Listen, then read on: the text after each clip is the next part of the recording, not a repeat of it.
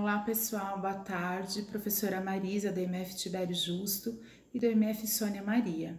Nós vamos ter uma aula hoje sobre a independência dos Estados Unidos. Esse processo de independência dos Estados Unidos ele é totalmente influenciado pelos ideais iluministas que se espalhavam pela Europa e chegavam na América. Bom, quem quiser conhecer um pouquinho mais do iluminismo, acesse o canal naed.com e você vai conhecer um pouquinho na minha videoaula que eu gravei anteriormente. Bom, quando a gente fala dos Estados Unidos, a gente lembra dessa potência, né, hoje desenvolvida, industrializada, né, que dita as cartas e as regras econômicas pelo mundo afora.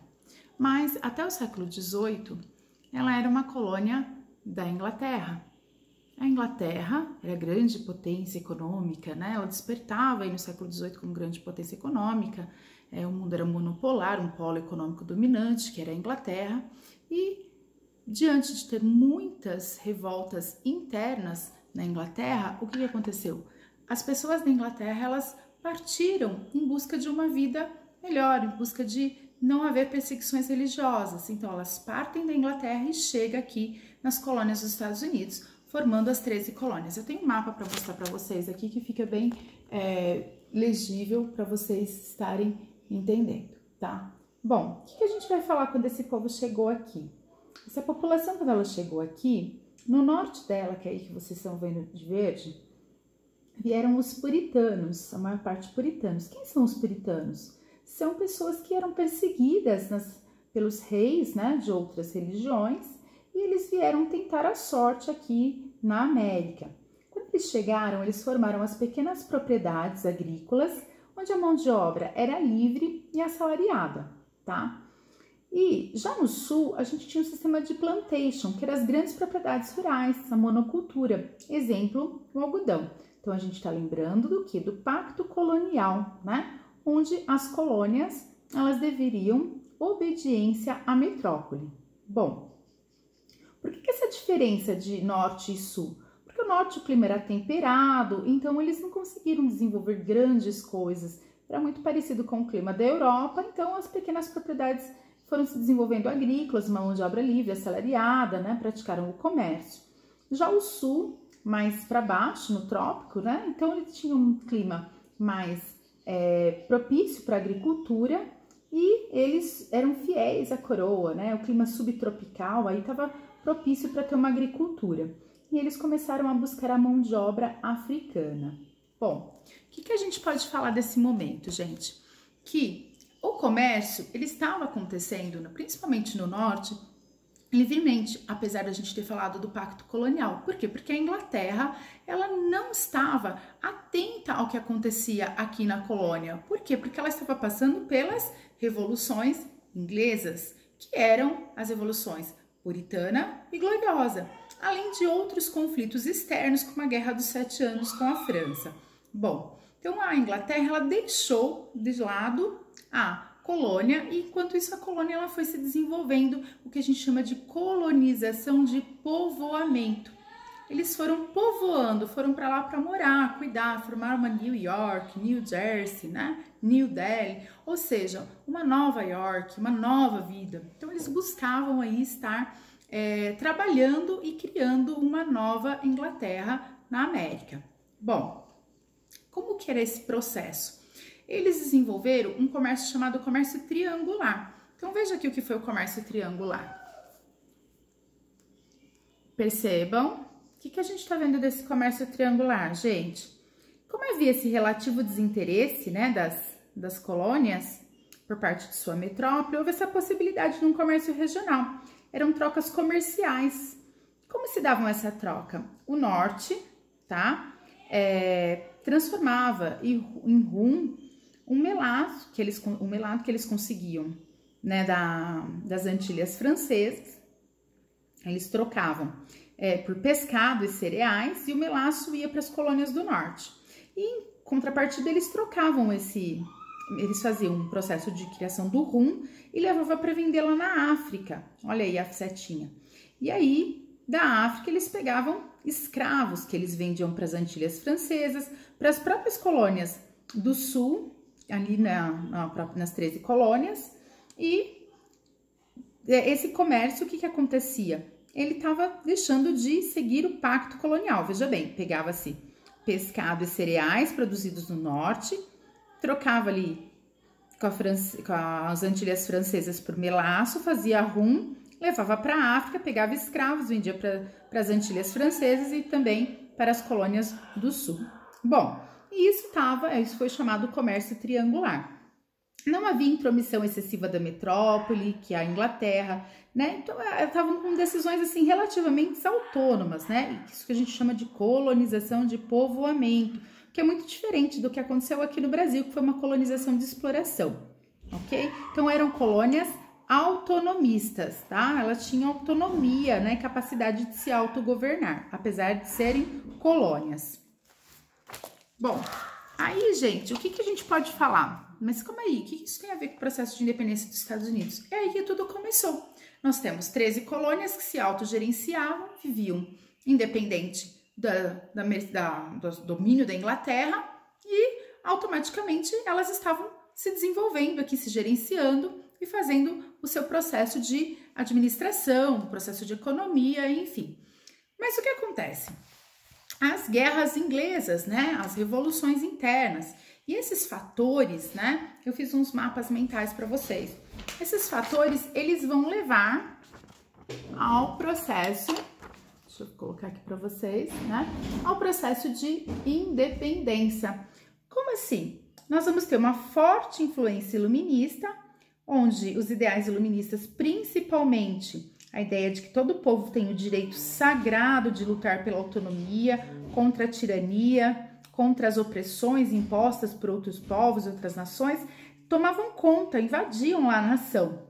E a Guerra dos 7 Anos, que foi a guerra entre a França e a Inglaterra, tá? Bom, apesar da vitória ser da Inglaterra, isso tudo gerou uma crise. Por quê? Porque eles tiveram gastos militares, porque eles tiveram que investir em guerras. E aí, de onde recuperar essa economia? Bom, a colônia estava lá quietinha, desenvolvendo livremente. Então, o que nós vamos fazer? Buscar o quê? Uma solução. Que solução eles buscaram? Tributar os impostos, tá? Que tributos eram esses, gente, que eles colocaram na colônia? Veja bem, ela estava quietinha, não tinha grandes impostos. E aí, para aumentar a receita, a Inglaterra ela criou a lei do açúcar, a lei do selo, a lei do chá e outras leis, tá? Que colocavam vários impostos na colônia. Bom, o que foi aí essa lei do açúcar, tá?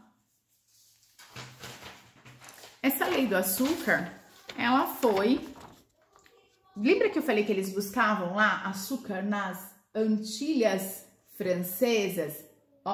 Francesa, inimiga da Inglaterra, Guerra dos 7 Anos. Bom, então o que eles fizeram? Determinaram que todos os derivados da cana-de-açúcar, inclusive o rum, não fossem mais adquiridos. E se fossem, teriam que pagar altos impostos. Ou seja, eles determinavam que só partisse das Antilhas Britânicas, impedindo a concorrência, né? Queriam exclusividade.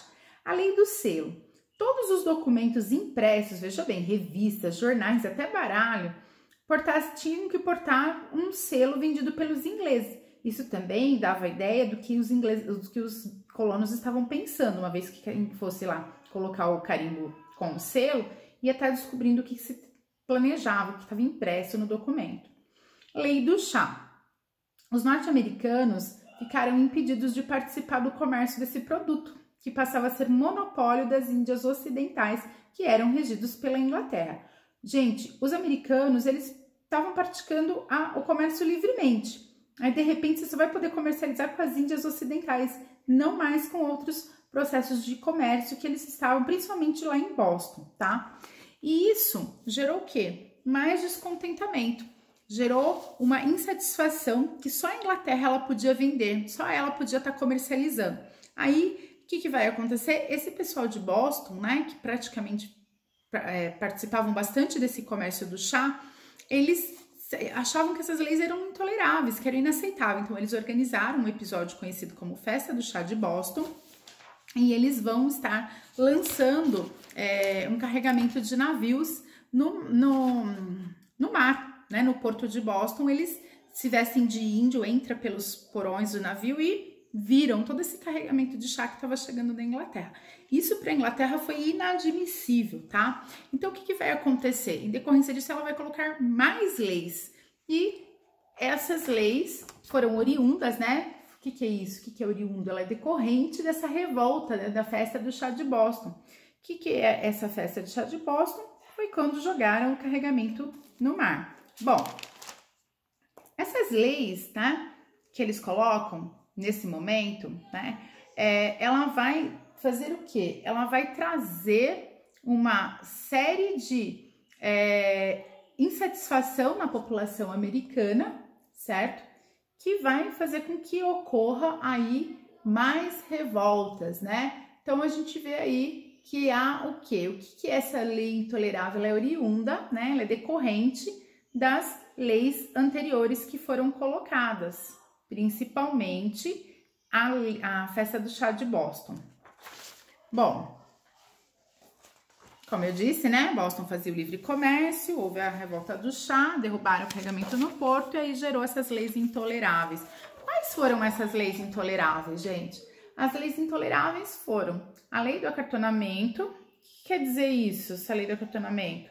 Quer dizer que qualquer soldado que chegasse ali nos Estados Unidos teria que ficar na sua casa. Olha que legal, tá? Então, eles iam mandar soldados para já, se houvesse uma guerra nos Estados Unidos, e ele poderia ficar em qualquer residência que fosse requisitada, certo? E o fechamento do porto de Boston. Não foi lá que ocorreu o episódio da festa do chá de Boston? Então, eles decretaram que fechasse o porto de Boston.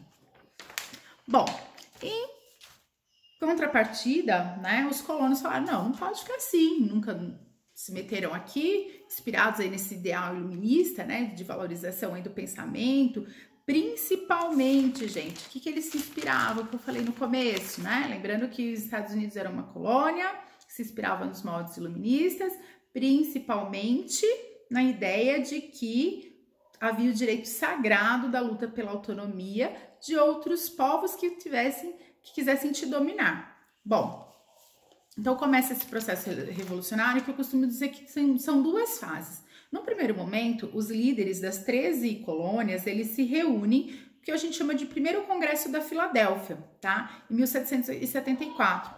E os representantes, eles decidem que eles não vão fazer um movimento separatista. Eles querem fazer parte do congresso lá na Inglaterra. Eles querem ser uma extensão, né? New York, New Delhi, New Jersey, mas Nova York. Então, nós vamos fazer parte desse... Lembrando que a monarquia da Inglaterra é uma monarquia parlamentarista. Então, o rei George não aceitou. O parlamento ignorou o pedido deles. Então, esse primeiro congresso na Filadélfia, apesar de não ser separatista, eles só solicitaram que fossem revogadas as leis e que eles fizessem parte do Congresso, né? Tivesse uma Câmara para discutir os atos da colônia. Então, também coloquei aí outro mapa mental, né? Que fala aí do primeiro Congresso da Filadélfia. Bom, como foram ignorados, o que vai acontecer? Eles vão se organizar novamente e vão fazer o segundo Congresso da Filadélfia, em 1775. Esse sim, de características separatistas, né? Essa característica separatista, o que quer dizer isso? De se separar da Inglaterra. Então, nós vamos ter aí um movimento separatista, eles vão planejar iniciar a guerra, tá? E nós vamos ter os principais líderes, o George Washington, Thomas Jefferson e o Benjamin Franklin, né? O George Washington depois vai se tornar o primeiro presidente dos Estados Unidos. O Thomas Jefferson, ele é importante porque ele é o redator, né, da Declaração da Independência, e o Benjamin Franklin é ele que vai buscar aí apoio de tropas estrangeiras, em especial a França, para derrotar a Inglaterra no processo de independência. Uma dica muito bacana, que eu acho que vale muito a pena, é estar assistindo o filme Patriota, porque ele conta todo esse processo de independência dos Estados Unidos. Bom, e aí a gente vai falar do 4 de julho, né? O 4 de julho é quando efetivamente foi publicada a Declaração Formal de Independência, preparada por um comitê de 5 membros e redigidas pelo Thomas Jefferson, né? totalmente inspirado nas ideias iluministas, onde os homens são iguais, dotados pelo Criador de certos direitos fundamentais, como a vida, a liberdade, a busca da felicidade. E os governos, eles foram instruídos entre os homens para assegurar esses direitos, que eles sejam justos e que os poderes de consentimento dos governados, ou seja, eu escolho o meu governante e este tem que ter o consentimento dos governados. A independência das 13 colônias fez nascer os Estados Unidos da América, conferindo a eles, né, o primeiro estado independente aqui do Novo Mundo. E isso foi super importante, porque houve aí uma quebra do pacto colonial, uma quebra do monopólio da Inglaterra em relação às 13 colônias e houve uma inspiração que vai partir aí para os outros países da América em relação às suas metrópoles, né? Vale também falar que nesse processo de independência a gente não mudou a situação do negro, o que é muito triste, né? Que os Estados Unidos, eu até costumo colocar uma charge que eu vou colocar aqui para vocês. Eu acho bacana essa charge, tá mostrando para vocês, tá? Olhem aqui essa charge. Deixa eu colocar aqui. Olha lá. Esse primeiro quadro aí, o que tá querendo dizer, né? Defendemos a liberdade comercial. Então, que é a burguesia europeia, almejando ampliação de negócios, né? Ela estava lá dominando a burguesia metropolitana. Aí, o segundo quadro, né? Aí a burguesia ali da América, né? Defendendo, queremos a nossa liberdade comercial, não a sua. Mas olha lá, a escravidão mantida, né? É uma ironia. Você defende o ideal iluminista enquanto ele é interessante ao seu umbigo. Bom, então nós temos aí, né, o processo de independência que foi caracterizado por uma ruptura do sistema colonial e foi muito importante porque eles formaram a primeira nação, tendo a primeira Constituição dos Estados Unidos e foi um golpe fatal no sistema colonialista, tá? A experiência foi, assim, enriquecedora para os outros países, os efeitos sociais, políticos, né? As ideias iluministas estavam provocando aquela mudança no país e estavam também inspirando outras nações a passarem pelo mesmo processo, onde a gente vai ver nas próximas videoaulas. Um abraço para todos. Fiquem com Deus. Até a próxima.